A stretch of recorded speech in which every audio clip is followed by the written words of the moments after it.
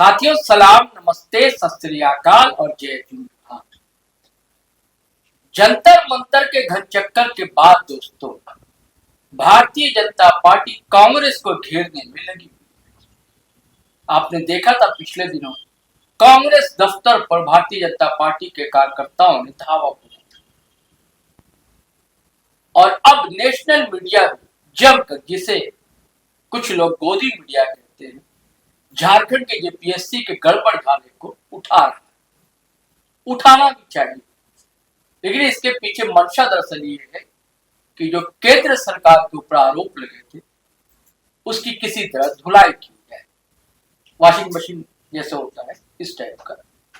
और जो गैर भाजपा शासित सरकारें वहां जो चोरियां हो रही है परीक्षाओं में, उसे लाइमलाइट में लाए। और हम जैसे लोगों का सवाल है कि सरकार किसी की भी अगर छात्र के साथ, युवाओं के साथ कोई भी दगा देगा, धोखा देगा, तो उसकी हम लोग जमकर धुलाई करेंगे। तो कांग्रेस अब प्रेशर में आ गई। अब झारखंड में आप देख लीजिए ना, रांची कल जंतर मंतर बना हुआ था दोस्तों, अल्बर्ट एक्का चौक का नजारा देखा होगा। कहने को भले देवेंद्रनाथ महतो ने कॉल की थी, और जेएलके के एमएलए डुमरी के जो है जयराम कुमार महतो, उन्होंने अपील की थी, बड़ी संख्या में लोग शामिल। तो सिर्फ जेएलके के कार्यकर्ता नहीं थे, कई जिलों से छात्र युवा पहुंचे थे जंतर मंतर, यानी अल्बर्ट एक्का चौक। रैली निकली थी जयपाल सिंह मुंडा स्टेडियम, और हर के पास एक अलग अलग कहानी थी, किस्सा था। जेएसएससी का मामला हो, सहायक आचार्य का मामला हो, जेपीएससी का मामला हो, सीजीएल का मामला हो, आर्टोलिपिक का मामला हो, कई मामले थे दोस्तों, जो लाइव के पेज पर आपने देखा है। और आजसू ने भी मार्च निकाल दिया है आज। अब कांग्रेस के नेता को समझ नहीं आ रहा है करें तो क्या करें, साफ छुछुंदर वाली स्थिति अब हो रही है। अब बंधु तिर्की को देख लीजिए, बड़े फायर ब्रांड लीडर थे एक समय, आदिवासी नेता बंधु तिर्की, कई पार्टियों में होते हुए आजकल कांग्रेस में। उनकी बिटिया हेमंत सरकार के में मंत्री शिल्पी नेहा तिर्की। अब बंधु तिर्की अगर कल तक ये कह रहे थे, बाबूलाल मरांडी को घेर रहे थे कि उनकी सरकार में क्या हुआ, अब जब प्रेशर पड़ा साहब, तो पैरों तले से लगा कहीं जमीन न खिसक जाए, तब कुछ और बातें कर रहे हैं। अब कह रहे हैं कि छात्रों के साथ कांग्रेस खड़ी हुई है और छात्र हित में कोई समझौता नहीं किया जाएगा। भाई साहब, सरकार आपकी कह रहे हैं कि हमने चिट्ठी लिखी, कांग्रेस के अध्यक्ष जो हैं केशव महतो कमलेश, उनको, और एक कॉपी जो है प्रभारी के राजू, उन तक भी भिजवाई कि भैया जल्दी हेमंत सोरेन से मिलिए और प्रेशर डालिए। हालांकि हेमंत सोरेन सरकार कोशिश तो कर रही अपने स्तर से, लेकिन सवाल उसका नहीं, सवाल ये कि सिस्टम बदले।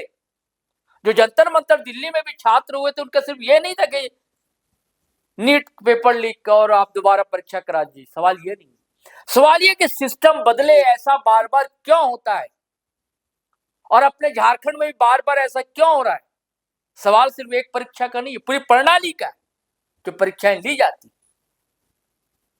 आज जो कई जगह छापे पड़े, भैया किसी बाहरी कंपनी को क्यों ये जिम्मेदारी दे दी जाती है? सरकार किस लिए है? सरकार में क्या सक्षम अधिकारी नहीं है, पदाधिकारी नहीं है, कर्मचारी नहीं है? आप किसी एजेंसी के हवाले कर देते हैं, वो परीक्षाएं लेंगे और पेपर लीक होता है। आरोप यहां तक करोड़ों में, लाखों में बिक रही है नौकरियां। पंजाब और कर्नाटक तक ये भी आरोप जो लगे, जीटीओ लाइव के पेज पर कई छात्र नेताओं ने लगाए, वो आपने सुना है, देखा है। तो कांग्रेस अब अपने ढंग से पैतरे ले रही है और बातें कर रही है, उनकी बातें भी सुनी जानी चाहिए। तो बंधु तिर्की ने क्या कहा दोस्तों, मैं चाहता हूं कि वो आप सुने। उसका एक और कांग्रेस के प्रवक्ता है, मीडिया सेल देखते हैं, मीडिया सेल में है बंधु तिर्की, के बाद उनकी बातें भी आप सुनेंगे। तो चलिए साथियों, सुनिए ये कांग्रेस नेता कहते क्या। और जेएसएससी के मामले में छात्र छात्राओं के हित में और जो उनके साथ जो लगातार बेईमानी और अन्याय हो रहा है, इस मामले में मैंने प्रदेश के अध्यक्ष को आज एक पत्र लिखा है, हमारे कांग्रेस अध्यक्ष को लिखा है, और मैंने आग्रह किया है कि एक प्रतिनिधि मंडल छात्र छात्राओं के हित में अविलंब माननीय मुख्यमंत्री से मिलना चाहिए और हमारी बात को रखना होगा, और नहीं तो कांग्रेस छात्र छात्राओं के साथ खड़ा रहेगी। इसके लिए अगर अपना रास्ता भी अपनाना होगा तो हम अपनाएंगे। ये मैंने प्रदेश अध्यक्ष को आज पत्र लिख चुका है। बिना विलंब किए एक प्रतिनिधि मंडल, उच्च स्तरीय प्रतिनिधि मंडल माननीय मुख्यमंत्री से मिले, और मैं आज हमारे प्रदेश के प्रभारी आदरणीय के राजू को भी इसकी सूचना मैं इसका देना, चूंकि छात्र छात्राओं के हित में कांग्रेस पार्टी कोई समझौता नहीं करेगी।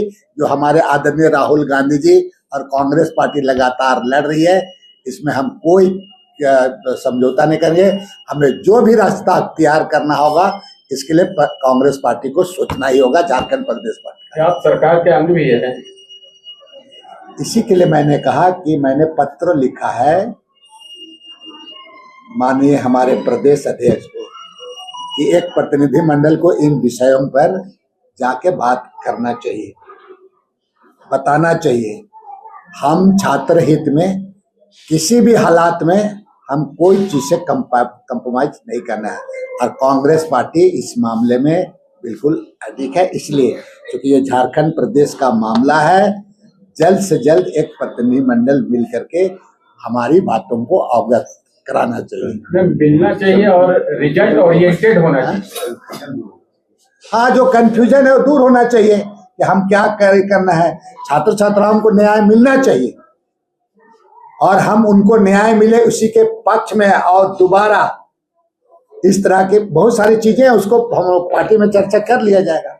नहीं, आप जिस लहजे में बता रहे हैं वो एक तरह से अल्टीमेटम टाइप का है। बिल्कुल, छात्र छात्राओं के लिए अल्टीमेटम के लिए है। छात्र छात्राओं के हित में कांग्रेस पार्टी सदैव खड़ा है और आगे भी खड़ा रहेगी। झारखंड में पेपर लीक का मामला हमें लगता है कि उतना हुआ नहीं है, लेकिन हाँ, यहाँ धांधलियां हुई जरूर हैं। लेकिन इन धांधलियों को उठाने वाली अगर भाजपा उठाती है तो भाजपा को पहले अब पीछे मुड़कर देखना चाहिए कि जेपीएससी जब शुरुआत हुआ था उस समय सरकार किसकी थी। सरकार में वही मुख्यमंत्री हुआ करते थे जो भारतीय जनता पार्टी के विपक्ष के नेता हैं, विधायकों के नेता हैं, मुख्यमंत्री वो थे। दूसरी जेपीएससी परीक्षा याद कीजिए, आज ये सीबीआई जांच की बात करते हैं। दूसरी जेपीएससी परीक्षा में जो धांधलियां हुई, जिन लोगों पर एफआईआर हुआ, जो लोग जेल गए, याद रखिए कि उसमें एक एक सदस्य कौन था, चाहे वो डॉक्टर दिलीप प्रसाद हो या बाकी अन्य मेंबरान हो, वो सब भारतीय जनता पार्टी से, आरएसएस से और अखिल भारतीय विद्यार्थी परिषद से जुड़े हुए थे। डॉक्टर दिलीप प्रसाद तो अखिल भारतीय विद्यार्थी परिषद के अध्यक्ष भी थे यहाँ के। यह शायद जानकारी में नहीं हो तो मैं जानकारी में बता दूं, लेकिन आज सभी जेल से बाहर हैं। कुछ दिनों के लिए जेल भी गए, जेल भी खटा, लेकिन वही सीबीआई जांच आज तक पूरी करके उनको सजा नहीं दिलवा पाई है। किस सीबीआई की बात करते हैं?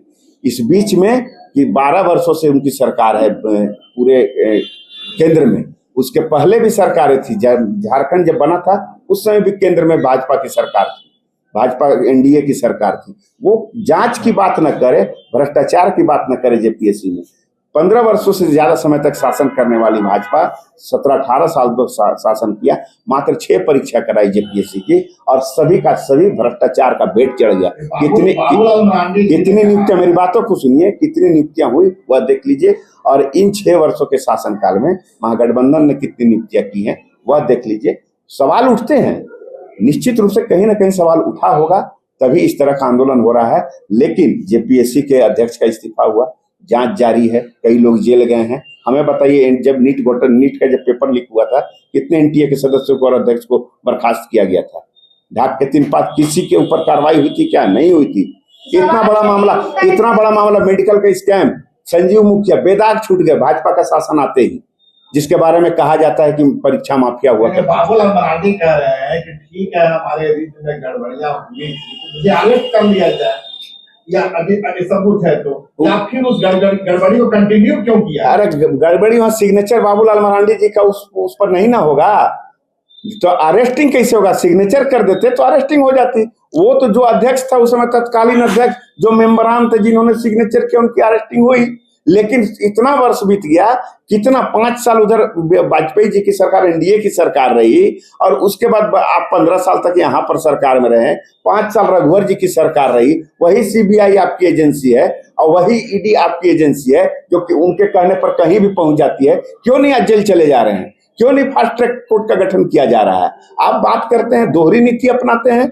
आप सीबीआई की जांच इसलिए चाहते हैं कि हो सकता है कि उसमें कहीं उनके लोगों की भूमिका आ सकती है।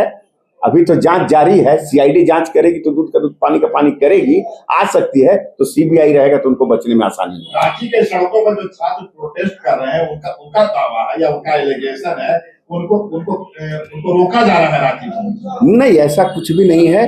सरकार जब हमने कह दिया है कि लोकतांत्रिक तरीके